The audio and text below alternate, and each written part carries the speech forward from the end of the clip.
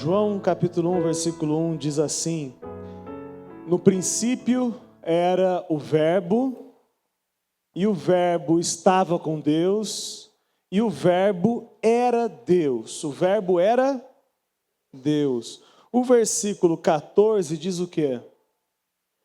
E o Verbo se fez carne e habitou entre nós, e vimos a sua glória, glória do unigênito do Pai, cheio de graça e de verdade. Vamos orar? Senhor Jesus, pela sua misericórdia, Pai, nós pedimos que o Senhor se revele nessa noite, que a gente saia daqui entendendo um pouco mais quem o Senhor é, quem a gente é, entendendo também quais são os seus propósitos para as nossas vidas e desafiados, Pai, principalmente a viver o Evangelho mais claro, mais coerente, Pai. Fale através de mim, que o seu nome seja glorificado através dessa ministração e ministre, Pai, no nosso coração, no meu como dos irmãos, aquilo que o Senhor projetou em nome de Jesus, Pai. Amém, Jesus. No princípio era o Verbo, e o Verbo estava com Deus, e o Verbo era Deus, e o Verbo se fez carne e habitou entre nós, foi o que a gente leu agora. Hoje é dia 25 de dezembro, e Natal. E o Joe falou que apareceu o Papai Noel na casa dele lá. Ho, ho, ho, inclusive. Algumas considerações importantes sobre o Natal. Eu já fui um ativista anti-Natal. Eu já fui alguém que se levantou e participou de discussões na igreja e, como é que chama aquilo? Júri simulado a respeito do Natal. E de fato, eu achava quase que pecado comemorar o Natal. E eu não acho mais assim. Mas acho que algumas coisas a gente não sabe sobre o Natal. É bom a gente aprender sobre isso. A primeira coisa é que, de fato, como o meu pai falou, Jesus não nasceu no dia 25 de dezembro. O que se comemora no Natal? Mas, com certeza absoluta, o Senhor Jesus não nasceu no dia 25 de janeiro. Provavelmente de dezembro. Ele provavelmente nasceu em abril, mais especificamente no dia 1º de abril, que a gente brinca de dizer que é o dia da mentira. E esse dia fica conhecido como o dia da mentira porque Jesus seria a grande mentira. E a gente no dia 1º de abril faz piadinha e dá uma mentidinha, depois fala que é 1º de abril, eu te peguei. Não é assim? Então não é 25 de janeiro. Outra coisa que é importante... Já é dezembro, gente. Outra coisa que é importante dizer é que, diferente da morte de Jesus, que Deus nos mandou comemorar, deixou como um mandamento, diferente é o nascimento. Não existe nenhum mandamento de Deus para que a gente comemore anualmente o nascimento de Jesus. Não que a gente não possa, mas não é um mandamento de Deus. Deus não fala assim, continuarás, tem que ser nesse português, continuarás comemorando o nascimento de Jesus até que ele venha. Jesus falou isso? Deus falou isso? Mas falou sobre a ceia, que a gente deve continuar lembrando da morte e ressurreição de Jesus até que ele venha. E a gente participa da ceia constantemente. Por que não é um mandamento comemorar o nascimento de Jesus? Bom, não que a Bíblia fale sobre isso, eu tenho algumas especulações. Mas uma das coisas que me faz pensar, e de fato acontece, é a perpetuação da ideia do Jesus menino, ou do menino Jesus. E isso eu acho bastante nocivo. Porque se eu o tempo todo comemoro o menino Jesus, eu sempre tenho a ideia de um salvador menino, fraco, debilitado, e que tem sempre a figura de uma mãe que cuida desse menino. Então, ao longo da nossa história como raça humana, a gente teve a tendência, aprendeu a chamar Jesus, o Salvador, de menino, pobrezinho. Pobrezinho nasceu em Belém, não tem essa música? Pobrezinho nasceu em Belém. E sempre traz, eu acredito que no pano de fundo aí, a ideia de uma mãe protetora desse menino. E a gente percebe isso no jeito das pessoas de acreditarem, de crerem por aí. Mas continua não sendo pecado você comemorar o Natal, desde que você lembre que essa ideia de trazer à memória o tempo todo o menino Jesus não é uma ideia bíblica, pelo menos. E por que é 25 de dezembro? Alguém tem alguma ideia, não? Hã? Zum, zum, zum, zum, zum, zum. O que se comemorava no dia 25 de dezembro? O nascimento de Mitra. É um deus mitológico que, mais ou menos 200 depois de Cristo, os romanos adoravam esse deus Mitra, e aí rolava uma briga entre Mitra e o cristianismo, e Jesus. Aí alguém teve uma grande ideia de juntar tudo. Vamos juntar tudo, aí a gente agrada todo mundo. E aí no dia 25 de dezembro era o aniversário dele, mas fica o aniversário dos dois. Pronto, resolveu. Por que eu estou dizendo tudo isso? Não quero quebrar a magia do Natal. A magia do Natal. Eu não quero quebrar a grande oportunidade que nós temos de nos reunirmos em família e comer um Chester, o tender, e graças a Deus esse ano não teve uva passa no arroz, amém? Quem pode glorificar o Senhor por isso? Não teve e nem maçã na maionese. São coisas que você fica morrendo de vontade de morder uma batata e uma maçã, é desesperador. Mas não precisa desconstruir isso, irmão. Usa esse feriado, todo mundo para, o mundo para. Já existe isso na nossa cultura, dos parentes vêm de longe, amém por isso.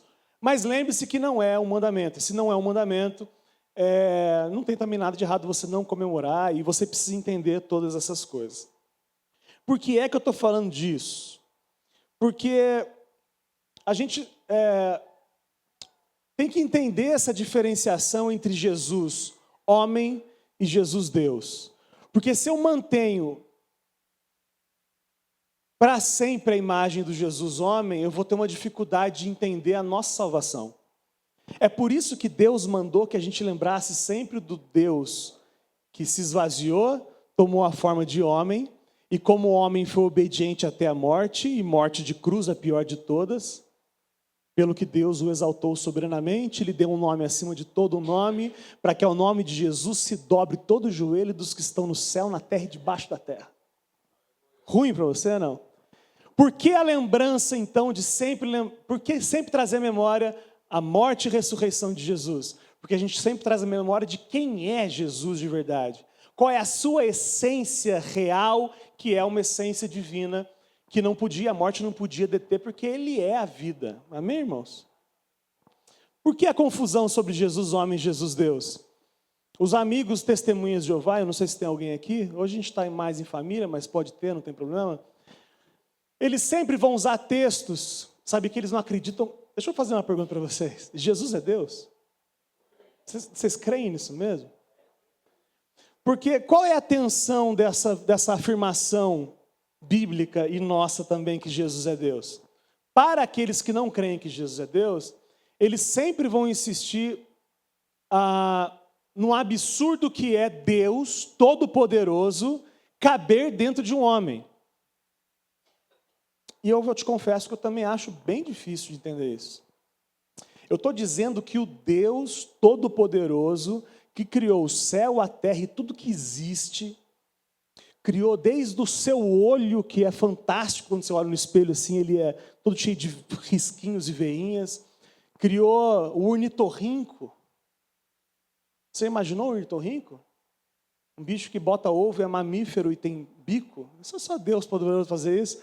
Mas além de tudo isso, esse Deus que criou as estrelas e o sol, esse Deus abre mão da sua glória e vem como homem. Eu acho difícil de entender também. E aí, por que é que rola essa confusão? Porque tem textos da palavra de Deus que mostram a sujeição de Jesus a Deus, ao Deus Pai. Você conhece esse texto? O filho não pode fazer nada se o pai não deixar. Ó, Pai, se possível, passa de mim esse cálice, contudo seja feita a sua vontade, não a minha. Você entende que esses textos existem? Mas entenda também que antes de você entender essa relação de Jesus e Deus aqui na terra, você tem que entender que Deus abriu mão da sua glória e veio como homem. Então Jesus é limitado nesse sentido até que a ressurreição aconteça. Até que Jesus morreu e ressuscitou, e aí Mateus 28, 18 diz que todo o poder foi dado a Jesus, ou seja, todo o poder de Deus foi restituído por Deus a Jesus depois da ressurreição de Jesus. Ficou claro isso? João 17:5 fala assim, Deus... Vamos abrir? Só para não ficar. Abre aí. João 17:5.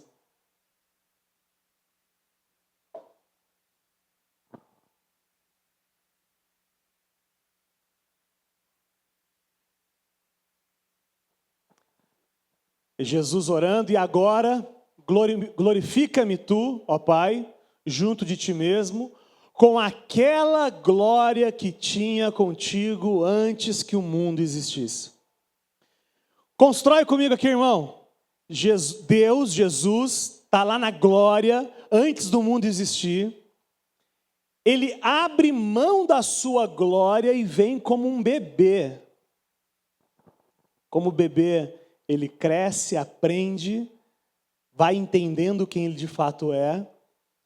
Começa o ministério dele de se revelar aos homens durante 3 anos. Aos 33 anos...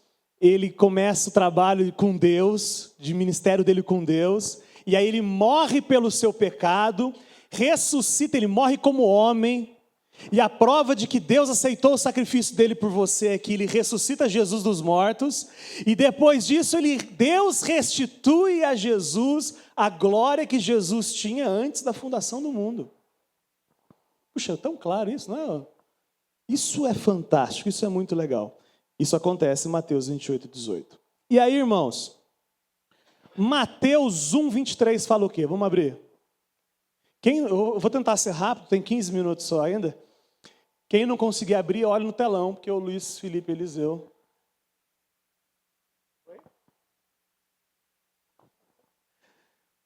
E Mateus 1, 23 diz assim: Eis que a virgem conceberá e dará à luz a um filho, e chamá-lo-ão pelo nome de Emanuel, que traduzido é Deus conosco.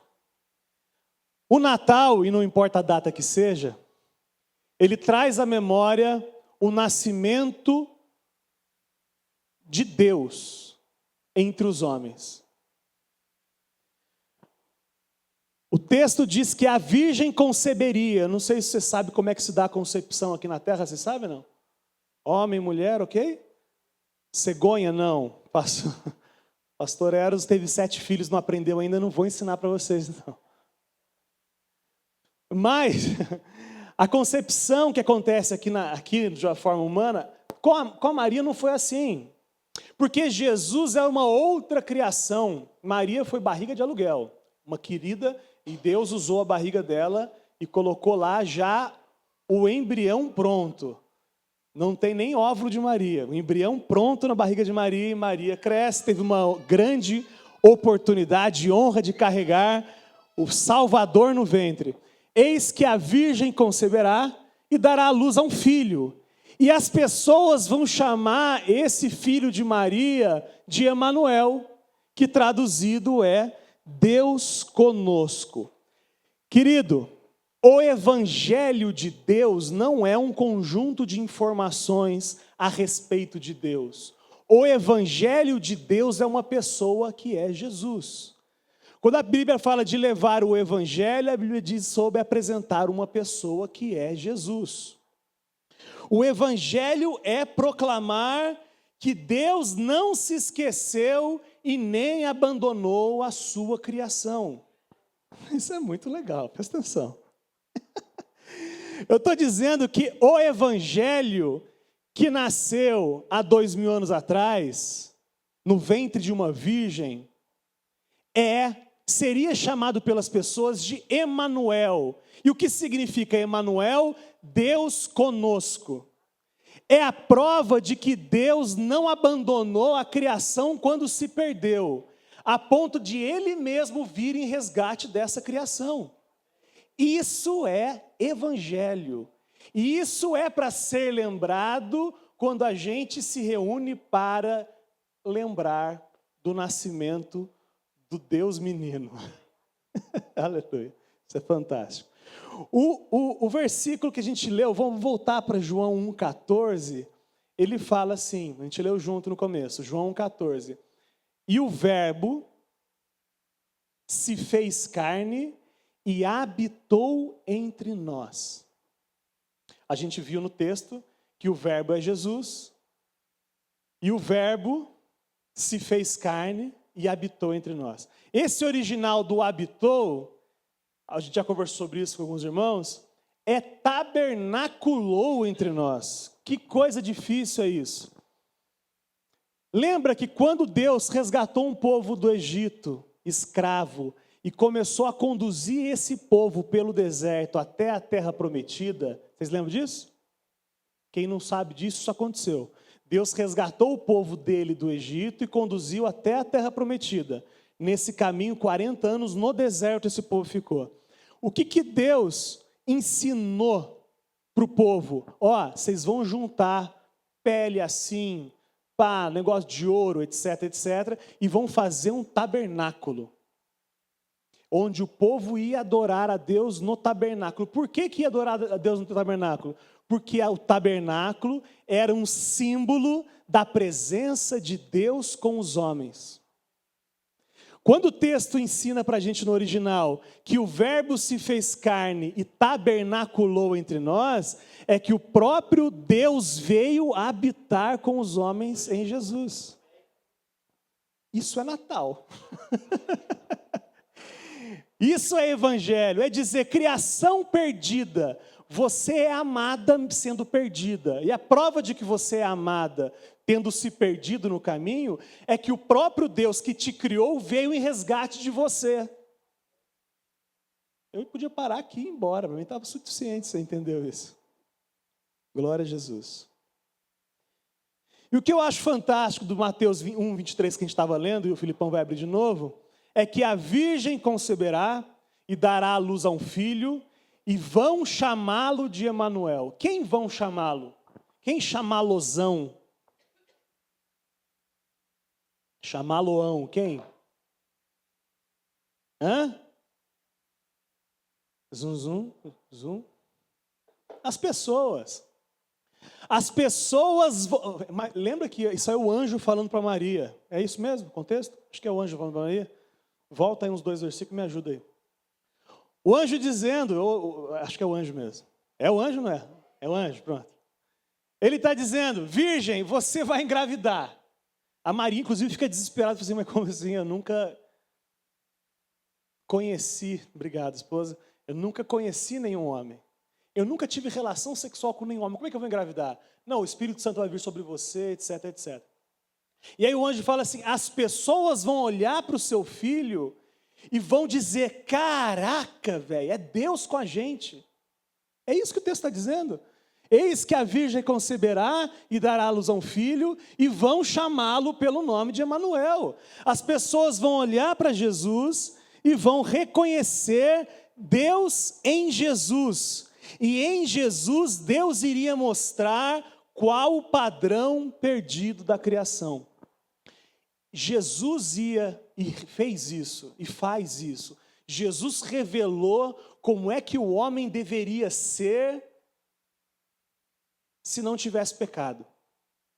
Foi isso que Jesus fez. Você já imaginou que se Adão não tivesse pecado, nós todos seríamos como Jesus?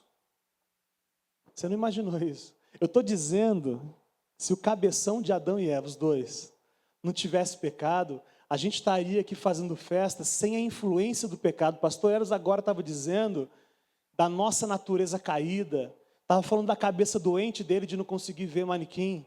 Não foi isso que ele falou? É porque ele falou. Mas tem um monte de gente que pensa e não fala isso. E tem gente com outros tipos de dificuldade que também não falam.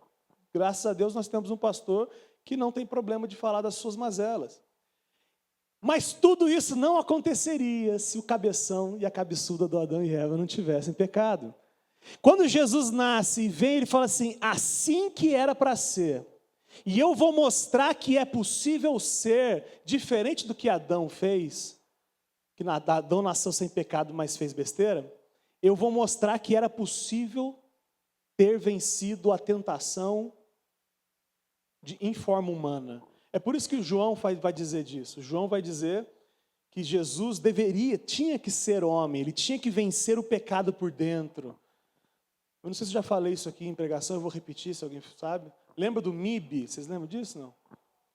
Homens de Preto, quem assistiu? No final, o Will Smith, ele se deixa ser engolido pelo monstro para destruir o monstro por dentro. Vocês lembram disso? É o que Jesus fez. Jesus veio como homem para vencer o pecado como homem, para mostrar que era possível. Não tinha outro jeito de fazer, ele precisava vir fazer. Cumprir a justiça de Deus, ele precisava fazer isso. E o que eu acho fantástico sobre o texto que a gente começou a ler, desculpa estar indo e voltando, mas isso é muito legal.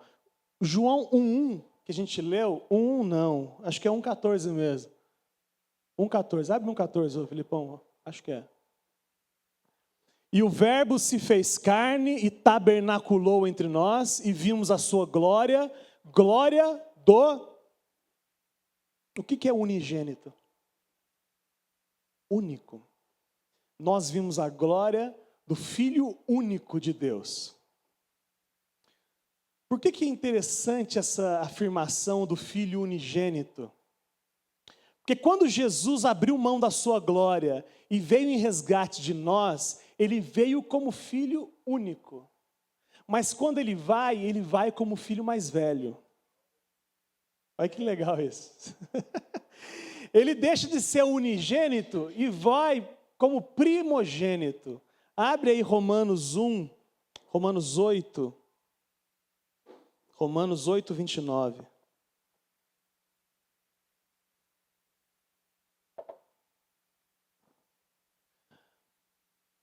Porque os que dantes conheceu, aqueles que, a sua criação, que Deus conheceu de antemão, também os predestinou para serem conformes à imagem do seu Filho, a fim de que ele seja o primogênito entre muitos irmãos. Se eu fosse mais pentecostal, eu dançava aqui no púlpito agora. Isso é fantástico, porque o projeto eterno de Deus é ter uma família com muitos filhos semelhantes a Jesus. Jesus era o unigênito, abriu mão da sua glória e veio em resgate do homem perdido e morreu por todos, para que aqueles que creem se tornem filhos também e comecem a ser forjados os seus caráteres, plural de caráter, caráteres? Não sei, português. Comecem a ser forjados o seu caráter, de cada um que creu, a imagem de Jesus. Olha só o final. Para serem conforme a imagem do seu Filho, a fim de que ele, Jesus, seja o primogênito entre muitos irmãos. Jesus é o gabarito. E é fantástico saber que a ação de ser forjado ao caráter dele é uma ação de Deus também.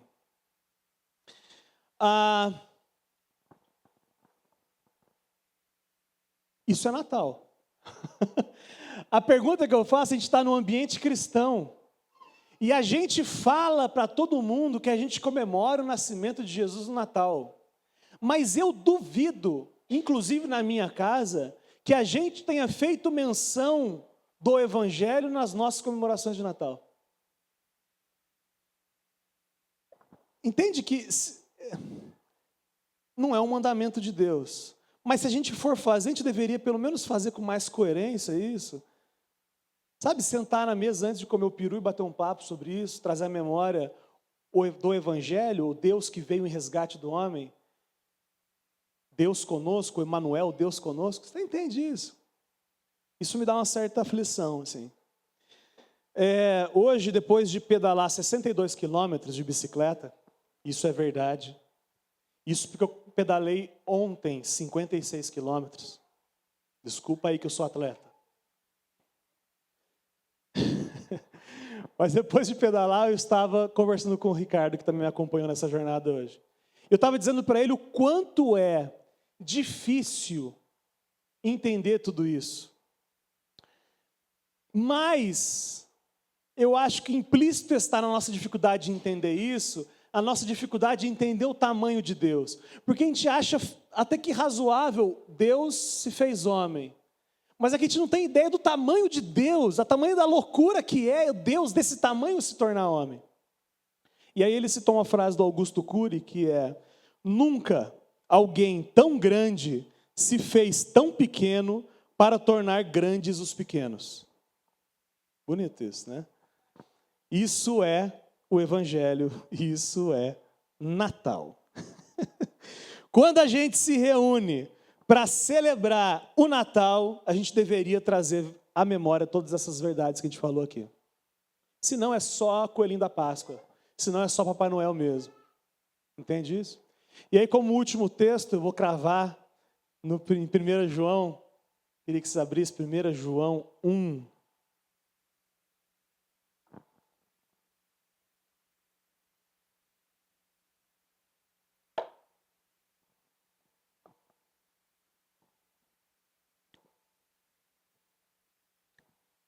Eu acho esse texto de uma brutalidade quanto à chancela da fé mesmo, a confirmação de quem Jesus é mesmo. Fala assim, é o mesmo João daquele que a gente leu no começo, é o mesmo João, ele começa até parecido, olha que interessante. O que era desde o princípio, João está dizendo a respeito de Jesus. O que era desde o princípio, o que ouvimos, o que vimos com os nossos olhos, o que temos contemplado e as nossas mãos tocaram da palavra da vida. Eu acho fantástico esse testemunho de João, porque não é alguém que está citando alguém, que ele está falando assim, você não está entendendo. O Deus que se fez carne, eu ouvi ele falar, eu botei a mão nele. Aliás, eu tenho contemplado ele, porque parece até que ele está... A ideia do que João está passando é que Jesus está vivo, né? E ele está vivo mesmo. Ele fala assim, porque aí ele escreve depois da morte e ressurreição de Jesus, ele fala assim, eu vi e eu tenho, que temos contemplado, é uma realidade dele, é uma realidade nossa. Você tem contemplado Jesus? Reflita sobre isso. Você tem visto Jesus na sua vida? Isso é fantástico. Imaginar que o próprio Deus, ele tem se revelado e você tem conseguido contemplar o Senhor Jesus. E as nossas mãos tocaram da palavra da vida. Continua. Porque a vida foi manifestada. A vida foi manifestada. Jesus disse, eu sou o caminho, a verdade e a vida. E conhecereis a verdade, e a verdade vos libertará. Porque a vida foi manifestada, e nós a vimos, e testificamos dela, e vos anunciamos a vida eterna que estava com o Pai, e nos foi manifestada. A vida eterna que é Jesus, que estava com o Pai, nos foi manifestado também. A experiência da igreja que começa lá com os apóstolos, continua viva até hoje em nós. 3. O que vimos e ouvimos, isso vos anunciamos, para que também tenhais comunhão conosco, e a nossa comunhão é com o Pai e com o seu Filho, Jesus Cristo. O que é Natal, irmão? É a vida se manifestar entre nós, e se tornar viável e possível, e se tornar acessível à criação perdida que nós somos, para que, se caso a gente se renda ao Deus que se fez carne, a gente tenha a vida eterna e habite eternamente com Ele. Para você pode ser pouco, mas para mim é tudo. Amém? Isso é Natal.